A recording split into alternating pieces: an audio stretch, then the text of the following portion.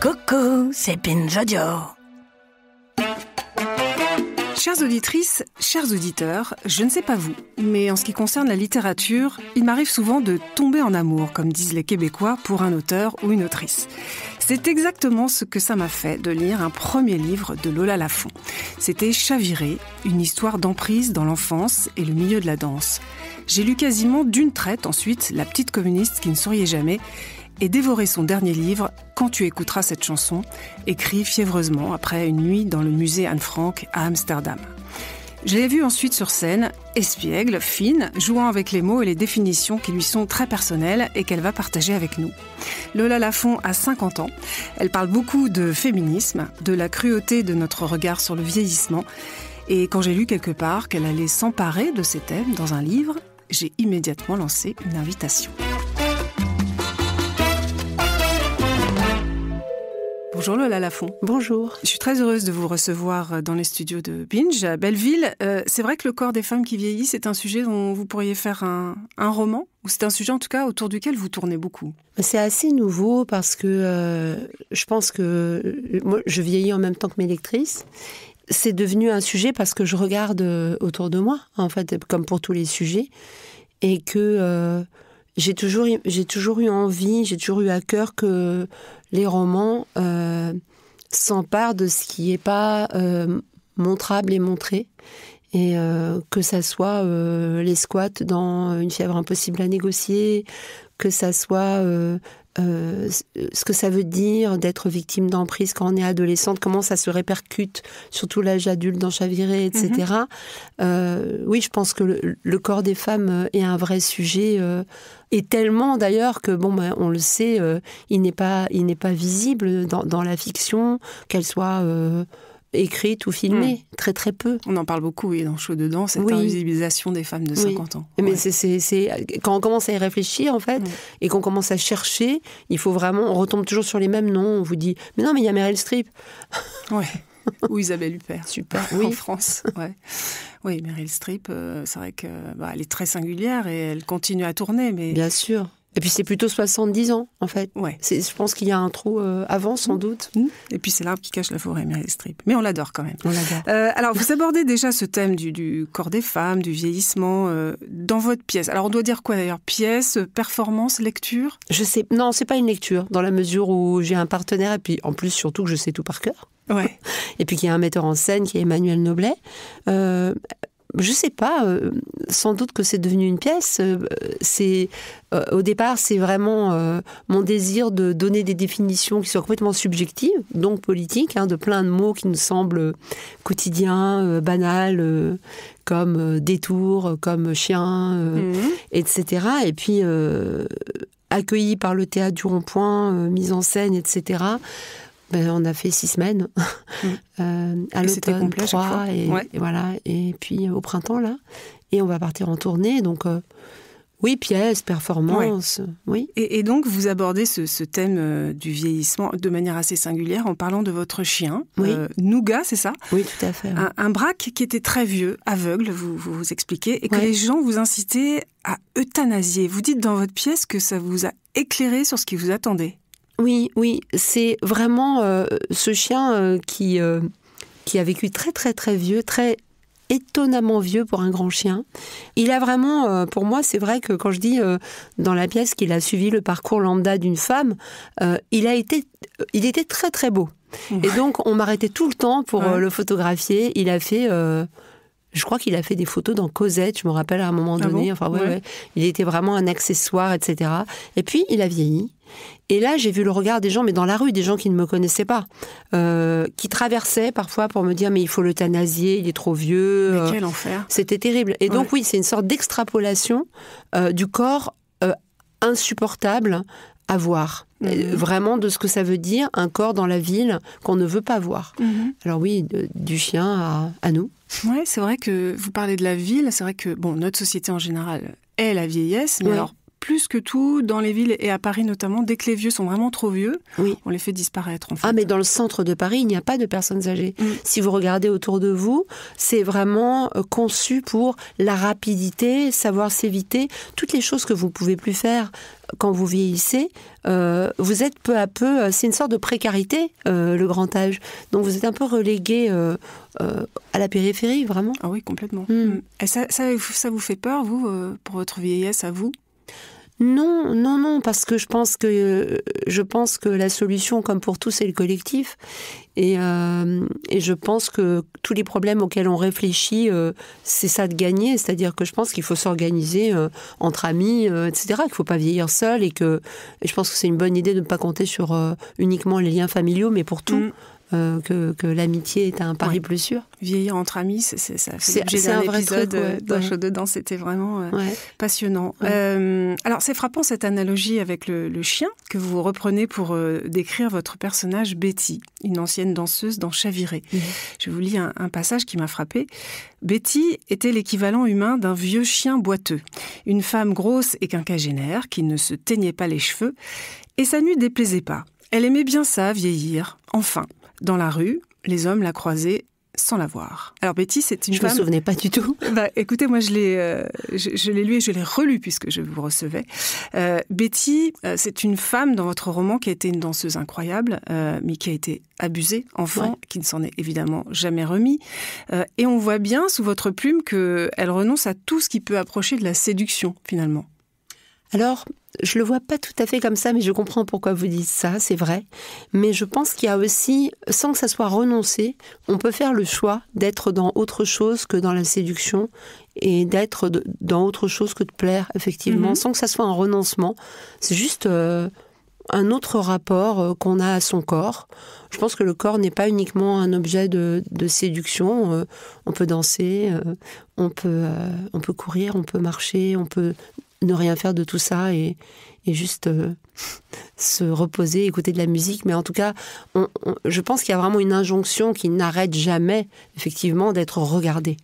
Et à un moment donné, quand on est moins regardé, au lieu de le prendre comme une peine, une condamnation, on peut aussi se dire « quelle chance ». Et il est temps de passer à autre chose. C'est vrai que ça la cinquantaine le permet, par exemple. Moi, je pense que c'est important. Ouais. Mais alors quand même, l'image du vieux chien boiteux, c'est osé quand même. C'est osé, c'est vrai. Mais sachant mon amour pour les vieux chiens boiteux, c'est un personnage pour lequel j'ai vraiment beaucoup d'empathie. D'ailleurs, je veux dire, c'est socialement, c'est pas moi qui le pense. Effectivement, je pense que la société n'a aucune sorte d'empathie, d'amour, je sais pas, pour une femme vieillissante. C'est oui, non. En dépit des publicitaires qui essayent de récupérer un peu le truc, parce que voilà, ça va être un marché, on va être un marché important. Je pense que dans les faits, ça reste quelque chose c'est comme si vous aviez tout d'un coup quitté le jeu, quoi. Et ce jeu-là, c'était le seul que vous deviez jouer. C'était ce fameux jeu de la séduction. Ah ben oui. Ouais. Alors vos personnages féminins qui ont la cinquantaine, ils sont assez cabossés quand même, mais... Et ça rejoint ce que vous dites là, ce sont aussi des femmes libres. Le personnage de Betty, c'est ce que je pense effectivement d'elle, c'est que finalement, dans Chaviré, en tout cas, c'est la seule qui soit vraiment libre, parce qu'elle s'est débarrassée des désirs des autres, dont celui de sa mère. Sa mère la veut danseuse quand elle est adolescente, et il y a le désir très fort qu'elle représente quelque chose, et puis quand on la retrouve adulte, finalement, elle est heureuse de ne pas avoir de statut social. Ouais. Vous étiez danseuse, vous aussi. Ouais. Il y a de vous dans Betty ? Pas vraiment, parce que je peux. Le fait que je sois là prouve que je ne me suis pas du tout débarrassée des histoires de statut social, et je peux vraiment pas faire comme si être autrice, c'était être sans statut social. Alors la suite de la phrase que je lisais à l'instant, c'est devenir invisible n'était pas une mort, mais au contraire, une renaissance, une nouvelle enfance. La preuve, même son corps retombé en jeunesse, elle n'avait plus ses règles. Ouais. Alors ça peut, l'invisibilisation dont on parle à l'instant, ça peut être une souffrance pour certaines femmes, une libération pour d'autres. C'est ce que vous dites. Oui, c'est vraiment le regard qu'on pose sur ça. C'est-à-dire que c'est vraiment... moi, je pense que c'est vraiment un travail de voir les choses autrement. C'est comme quand on parle de déconstruction pour ce qui est de notre rapport, je sais pas moi, à la maternité... Ou pour les hommes, on parle beaucoup d'hommes déconstruits. Enfin, moi, je trouve l'expression un peu bizarre, mais voilà, mais en tout cas très importante dans le fond, de réfléchir à ce qui nous appartient, en fait, ce qui vraiment est de notre désir, et ce qui vient de l'éducation, ce qui vient de ce que la société nous a enseigné. C'est important de faire la part des choses. Pourquoi vous trouvez ça bizarre, l'homme déconstruit ? Mais parce qu'on n'est pas des Legos, en fait. Et donc, il suffit pas d'enlever des bouts. C'est-à-dire que pour moi, j'aime mieux l'idée d'une construction, en fait, de quelque chose qui aille vers... je crois pas qu'on se déconstruise. On se modifie. C'est pas pareil. Vous n'êtes pas, parce que vous êtes quand même une féministe, mais vous n'êtes pas forcément pour une déconstruction de ce qui fait les hommes. Si, mais je n'emploierais pas le même mot. Et puis, je pense qu'en fait, moi, les généralités me posent vraiment un souci. C'est-à-dire, je ne crois pas qu'il y ait les hommes. Je crois qu'il y a les hommes comme groupe social, comme on dit les femmes, ça c'est vrai. Mais après, je ne sais pas, j'arrive pas à procéder par généralité. Je trouve ça très difficile. Vous êtes une femme de nuances. Peut-être. C'est une réflexion que vous faites aussi. Vous dites que le féminisme ne s'est pas emparé de la question du vieillissement des femmes. Vous l'avez dit, une interview dans le Figaro il n'y a pas longtemps. Pourquoi est-ce que les féministes ne se sont pas emparés de cette question, selon vous ? Je pense que ça... Enfin, il y a eu évidemment qu'il y a des choses sur l'agisme, etc. Mais je ne pourrais pas dire que le féminisme ne s'est pas emparé de ça, mais ça reste quelque chose de très peu questionné. Pourquoi ? Mais parce que évidemment qu'on a tous et toutes une peur du vieillissement, enfin de ce que c'est de finir, de quitter la scène, etc. Donc je crois pas du tout que... Enfin, le féminisme n'est pas un paradis où on se débarrasse de tout. C'est pas comme ça. C'est un travail un peu en cours. On est toujours en train de réfléchir à des choses nouvelles. Donc, pour moi, c'est pas étonnant que certaines choses soient plus lentes que d'autres à être questionnées. Mais vraiment, c'est vrai que ça m'avait beaucoup frappée. Je sais plus, quand on parle des féministes des années 70 et qu'on dit les vieilles féministes. Ouais. Comme si c'était leur nom, comme si on parlait d'un groupe de rock, les vieilles féministes. C'est un peu... je sais pas. Soit c'est elles qui se sont nommées comme ça et tout va bien. Non, je pense pas. Mais en fait, non. Ouais. Mais c'est par opposition à des féministes plus récentes. On va pas dire vieilles et jeunes. Oui, mais qui s'emparent d'autres sujets. Mais d'abord, ça dépend des pays, ça dépend des groupes, c'est pareil. Je trouve pareil pour les généralités, c'est-à-dire moi, le féminisme, il y en a plusieurs. Il y a des collectifs qui sont très petits et qui sont fabuleusement intéressants parce que justement, ils croisent certains sujets.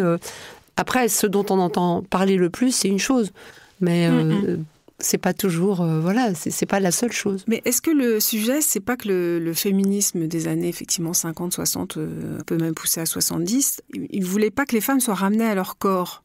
Moi, on me fait parfois cette réflexion qu'en parlant de ménopause, de troubles physiologiques, etc., je ne ferais que pointer finalement sur les femmes vieillissantes le fait qu'elles soient un corps aussi. Mais après tout, pourquoi on ne pourrait pas parler de ces choses-là ? Non, mais je comprends cette question parce que c'est quelque chose qui peut me questionner dans la littérature. C'est-à-dire que moi, je me souviens quand j'ai sorti La Petite Communiste, donc ça fait 10 ans, pile, c'est pas hyper vieux, j'avais eu une critique très positive d'un journaliste qui m'avait dit, c'est un roman géopolitique, on dirait qu'il a été écrit par un homme. Ah oui, d'accord. Et donc, je m'étais dit, effectivement, là, apparemment, je sors d'une assignation qui est l'autrice qui ne parlerait que de son corps, de son intimité, à la limite des violences sexuelles. Mais moi, je me mêlais de parler du communisme, etc. Bon, c'était il y a longtemps, certes, mais 10 ans, c'était pas mais 10 ans, longtemps, quoi. hein. C'est pas. Et donc, je comprends cette question qui est.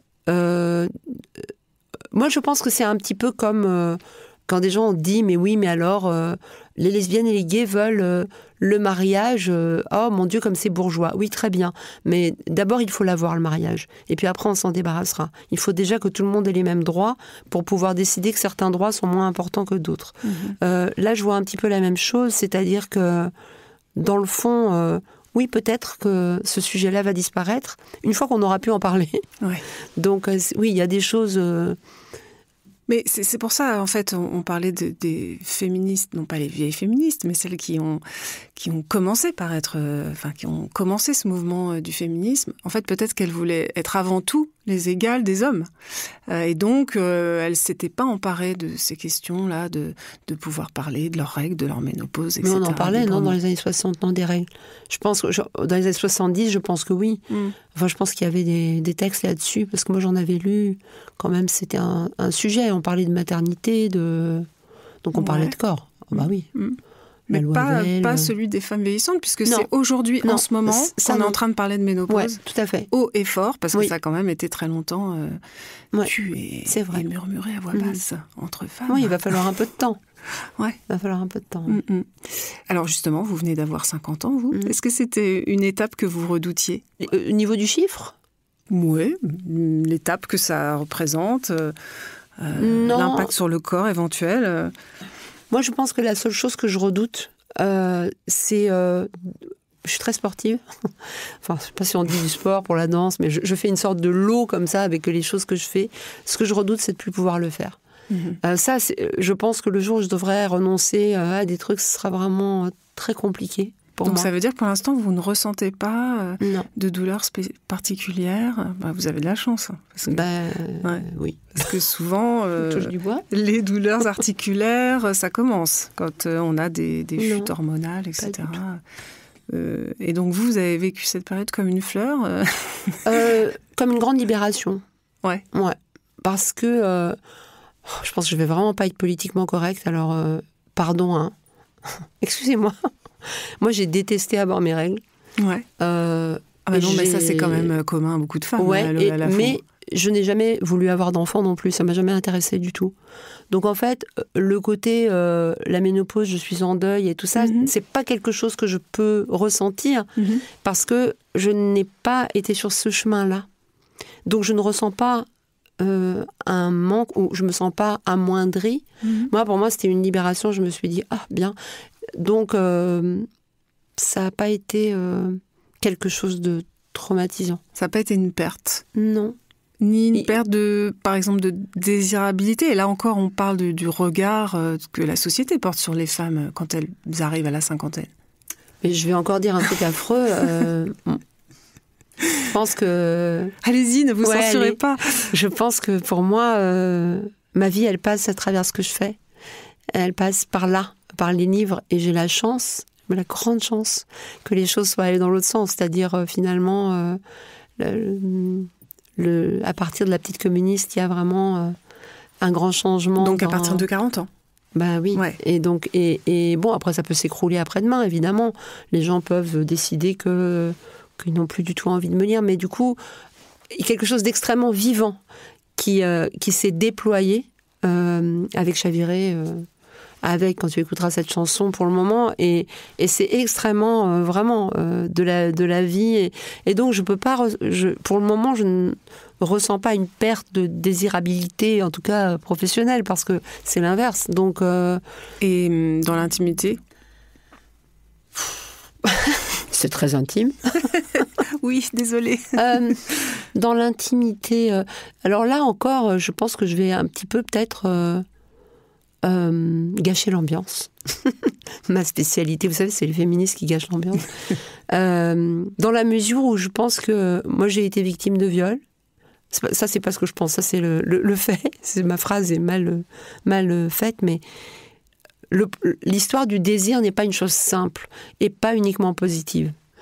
Je comprends. Vous voyez, c'est pour ça, je vois pas ça comme un terrain fleuri, et je le vois aussi comme quelque chose d'extrêmement violent. Ouais. Et du coup, la possibilité peut-être d'avoir d'autres rapports, d'autres relations aussi avec les unes et les autres, les uns et les autres, ne me fait pas peur. Après, je vis en couple banalement. Mm-hmm. Et est-ce que il vous a fallu arriver à la cinquantaine pour parler de choses profondément intimes, comme le viol par une personne proche, que vous racontez sur scène d'ailleurs, hein, au Théâtre du Rond-Point, ou encore vos racines familiales, quelque chose que vous avez mis du temps à aborder? C'est vrai. Écoutez, peut-être ça a un rapport. Moi, j'aimerais bien croire ça, en tout cas, qu'il y a un moment où... Mais je me le dis des fois, en fait. Je pense que j'ai passé tellement de temps, je veux dire, en ayant fait beaucoup de danse, c'est-à-dire ma première vie, c'était centré autour du corps, quand même. Hein. Mm-hmm. Même si ça n'est pas que ça, la danse. Je pense que j'ai acquis un truc, et ça a un rapport avec l'âge. Il y a des fois où je me dis, oh, mais en fait, j'en ai plus rien à foutre. Ça m'arrive vraiment de me dire ça, ce qui est impensable il y a 10 ans. Plus rien à foutre de quoi? Des questions qui ont pu m'agiter. Alors, est-ce que je suis assez comme ça? Et vraiment, il m'arrive de me dire, en fait, je m'en fous. Et très sincèrement, de passer à autre chose tout de suite. Donc, une partie de ma tête s'est trouvée libérée. Prête à se consacrer à d'autres trucs. Ouais. Et ça, c'est pour quelqu'un qui a été élevé, comme moi, dans la performance corporelle, correspondre à certains critères, et tout ça, enfin tout ce truc, tout ce paquet, c'est plutôt bien. Mais ça, c'est quelque chose qui est commun à beaucoup d'entre nous. Oui. C'est arrivé à cet âge-là, en fait, on s'en fout. Tout à coup, on s'en fout. Ouais. Ça, c'est plutôt plaisant. Oui. Et moi aussi, je trouve que ma vie est plus intéressante depuis que j'ai cessé de me préoccuper du regard des autres. Oui, ouais. C'est clair. Il y a quelque chose qui m'a toujours frappée. C'est, j'avais lu un livre quand j'avais 14 ans, je crois, d'une féministe américaine. Et elle disait, mais c'est vraiment, maintenant ça semble évident, mais ça ne l'était pas dans les années 80. Pendant que les femmes se préoccupent de leur apparence, font des régimes, et bien pendant ce temps-là, elles ne font pas les études qu'elles doivent faire, elles ne passent pas du temps à penser à construire quelque chose qui leur appartienne. C'est un temps, parce que le temps est limité, qui est consacré, c'est un temps de souffrance qui est consacré à quelque chose qui s'évanouit et qui est donc une grande inégalité avec le parcours des hommes. Je ne sais plus qui avait fait ce truc incroyable aussi. Vous avez 15 ans, vous vous préparez le matin pour partir au lycée, vous voyez la fille qui passe une demi-heure pour faire un brushing. Tout ce temps-là, j'ai rien contre d'ailleurs, je trouve ça très chouette aussi. Mais j'ai commencé à me poser la question de ce temps. Est-ce que c'est pas du temps perdu? En tout cas, c'est un temps où vous faites pas autre chose. Ouais.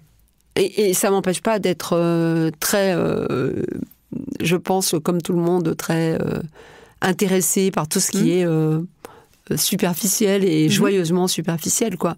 Mais quand ça devient un malheur, c'est-à-dire une angoisse de comment on est, une sorte de sentiment terrible d'inadéquation, de rejet, tout ça, c'est quand même...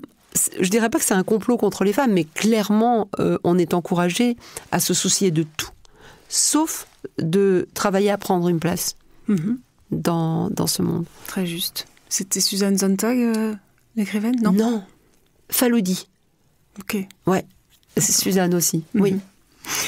Alors, vous racontez souvent, Lola Lafont, que vous avez grandi en Roumanie, parce que vos parents souhaitaient vivre dans un pays communiste. Comment est-ce que cette différence-là, d'être arrivé plus tard, à quel âge d'ailleurs vous êtes arrivé? 12 ans et demi. 12 ans et demi. Ouais. Comment cette différence-là vous constitue?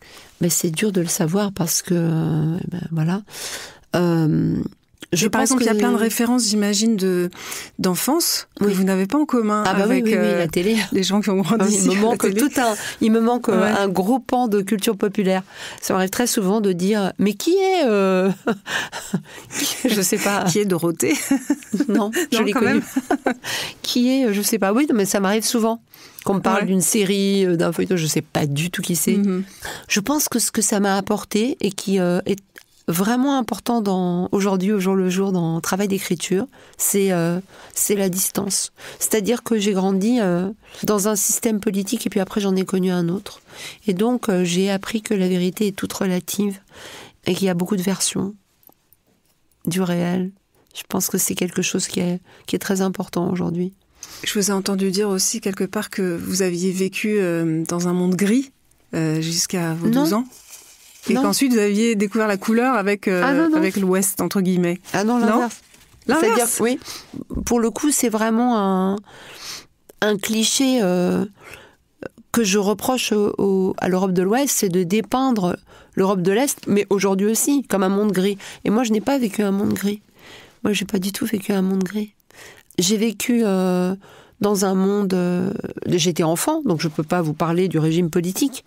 C'est pas ce que vous vivez quand vous êtes enfant. C'était Ceausescu, on le rappelle, le dictateur. Mais évidemment qu'il y avait un quotidien extrêmement complexe pour les adultes, extrêmement douloureux, mais aussi, moi, je suis partie avant que ça soit... Moi, je suis pas restée jusqu'en 89, donc... Mais... ce cliché de l'Occident qui représente les pays, les ex-pays de l'Est comme quelque chose de gris, de triste. Mais non. Ok, j'avais mal lu alors. Ça arrive.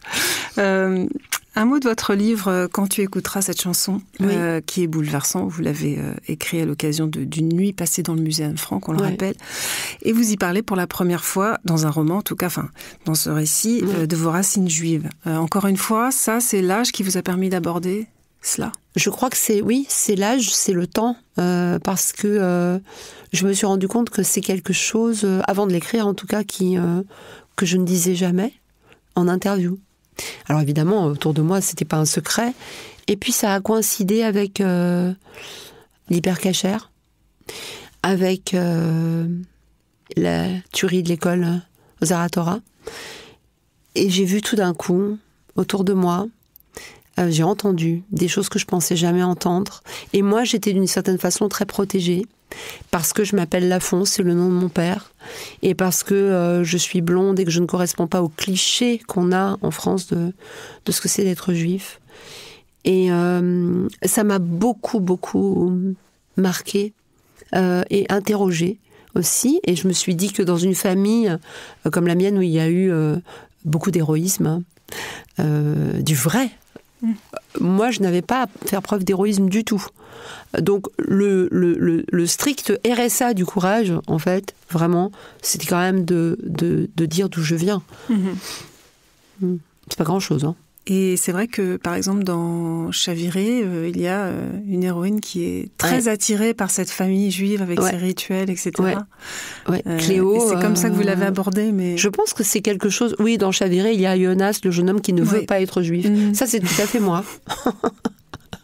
Qui, pendant l'adolescence, trouve que c'est trop triste et trop glauque d'être juif ashkénaze, Et bon, alors je le disais tout à l'heure, vous adorez les définitions et surtout les réécrire à votre manière. C'est encore une fois l'objet de cette pièce au théâtre que vous allez reprendre à la rentrée. Parmi elles, il y a celle-ci, que j'aime beaucoup. Si vous pouvez nous la lire. Parcours. Je vois un cheval lustré dressé à sauter l'obstacle. J'entends des commentateurs sportifs louer le parcours sans faute. Et je vois des alpinistes organisant leur parcours d'arête et des soldats rampant dans la boue pour un parcours du combattant. Je vois des corps agiles dans un parc qui bondissent d'un muret à un banc. Il y a quelques semaines, j'étais dans une classe face à une trentaine d'adolescents et j'avais 1h30 pour répondre à la question « Comment devient-on écrivaine ? Quel est votre parcours ? Et que nous conseillez-vous pour éviter des erreurs de parcours ?» Dire le parcours qu'on a suivi est souvent l'occasion de transformer son cheminement en une fiction dont on ordonne soigneusement les chapitres. Non, j'ai beaucoup erré, je me suis égarée. Rien n'a été rectiligne, tout n'a été que zigzag. Mon parcours, il a été laborieux, j'ai trébuché et de façon répétée, il y a eu de la casse, beaucoup, des détours. Alors c'est quoi cette idée que j'aime beaucoup là avec votre partenaire qui est musicien, de tirer des fiches et comme ça de donner des mots de définition? Ça vous est venu ça m'est venu vraiment... D'abord, je suis un peu obsédée par les définitions. Dans les chroniques que j'écris dans Libé, il y en a tout le temps. Et il y en avait dans mon premier roman aussi, puisque Landra, l'héroïne de Une fièvre impossible à négocier, elle redéfinissait les termes de la justice par rapport au viol. Elle redéfinissait classé sans suite, non-lieu, de manière totalement subjective. Et donc, cette fois-ci, je me suis dit que j'allais en faire toute une histoire, quoi. Et il y a aussi cet autre passage sur la célébration du courage. La célébration du courage me met mal à l'aise depuis quelque temps. Ce ne sont que des femmes puissantes qui se sont débrouillées seules pour s'en sortir. Être fragile est devenu une insulte. Mais qu'adviendra-t-il des incertaines, de celles et de ceux qui ne s'en sortent pas? Nous célébrons les mêmes valeurs que ceux que nous conspuons, la force, le pouvoir. On veut vaincre la cellulite, la timidité, le stress, le hockey. On veut gagner en masse musculaire, en influence, en endurance. C'est une petite musique martiale qui rythme nos quotidiens. Ici, un virus gagne du terrain, et là, un élu fait la course en tête. Un roman de rentrée littéraire écrase la concurrence. Et savoir que tant qu'il faudra vaincre, il y aura des perdants, des abîmés. Mais cette terreur d'être désigné comme fragile, cette insulte qui dit qu'on ne supporte pas assez bien les coups, cette insulte qui renvoie au tapis les anxieux, les déprimés, les hésitants. Fragile, résolument, radicalement fragile, oscillant entre confiance et désespoir, d'étranges oiseaux, plus étranges encore que nous ne souhaitons qu'on le sache ou que nous ne le savons nous-mêmes. C'est très beau, vous revendiquez le droit à n'être pas une femme puissante, ni invincible d'ailleurs. Ah mais oui, absolument, je pense que c'est ça, je pense que c'est un vrai piège. Quand on célèbre le courage des femmes, pour moi, on leur dit vous pouvez encaisser encore un peu. Ça va le faire. C'est un vrai piège, ouais. Et une femme peut être fragile dans notre société ? C'est pas facile, c'est difficile pour une femme d'être fragile parce que elle a vraiment, clairement, on se heurte à j'allais dire, tellement d'adversité au pluriel, quoi. Mais il faut s'accorder ce droit-là, en fait. Oui. Et le dire, j'ai l'impression qu'il faut le dire aussi, quoi. Comme de dire, par exemple, que on est ménopausée, qu'on est vieillissante. Oui. Voilà. Bon, moi, c'est tout mon sujet. Hein, donc c'est pour ça que je me permets. Oui, bien sûr. Je tire une autre carte, la dernière, le Lafond, pour la définition de fermeté, qui fait l'objet d'une vénération, selon vous. Fermeté des seins, des cuisses, des discours politiques musclés, couillus, tout sauf être un flambi. Horreur du friable, du mou, du tremblement. Là, évidemment, on en vient aux injonctions qui sont faites aux femmes, hein, le fait de vieillir, mais pas trop, en restant présentable, sans se relâcher, hein, d'être bien conservé. Moi, j'avoue que c'est une lutte pour moi de voir mon corps, d'accepter mon corps. Ah, mais c'est très difficile. C'est très difficile. Vous trouvez aussi ? Oui, c'est très difficile. Dans l'absolu, je pense qu'il faut pas, ce que je disais tout à l'heure, c'est-à-dire qu'il ne faut pas en faire un sujet de fixation, ou alors il faut détourner... je veux dire, moi, ça passe vraiment par la danse, en fait, mon rapport au corps. Donc, quand j'arrive plus à faire des trucs aussi bien, ça me déprime vraiment beaucoup plus que l'apparence, en fait. C'est ça. Là, vous travaillez sur quelque chose en particulier ? Oui, là, donc en janvier sort un recueil de toutes les chroniques écrites dans Libération, mais augmenté de beaucoup, beaucoup d'autres. Donc, je travaille sur des textes courts. D'accord. Et puis il y a cette pièce, donc, Un état de nos vies, que vous avez joué au Rond-Point avec le musicien Olivier Lambert, qui reprend au mois de septembre. Au Rond-Point, et puis ensuite qui partira sur les routes au mois d'octobre. Alors en vrac, dans le 77, à Grasse, à Aix, Caen, Châtellerault. On peut voir les dates sur le site du théâtre et courez le voir, c'est formidable. Merci beaucoup, Lola Lafond, d'être venue nous voir. Cet épisode était coproduit par Binge Audio avec l'aide de Lorraine Bess. Il était réalisé par Clément Morel. Et moi, je vous donne rendez-vous dans 2 semaines.